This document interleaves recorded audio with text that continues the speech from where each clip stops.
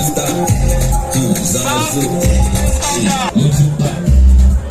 President and Commander-in-Chief of the Armed Forces of the Federal Republic of Nigeria,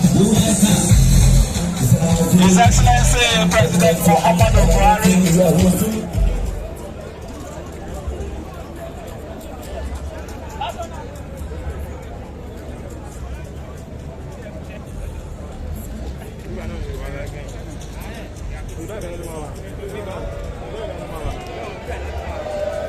Your Excellencies, distinguished guests, ladies and gentlemen, have the singular honor to announce the arrival of the President and Commander-in-Chief of the Federal Republic of Nigeria, His Excellency President Muhammadu Buhari, to Ogun State, and particularly to Ijebu-Ode Mojoda Ekpe Road.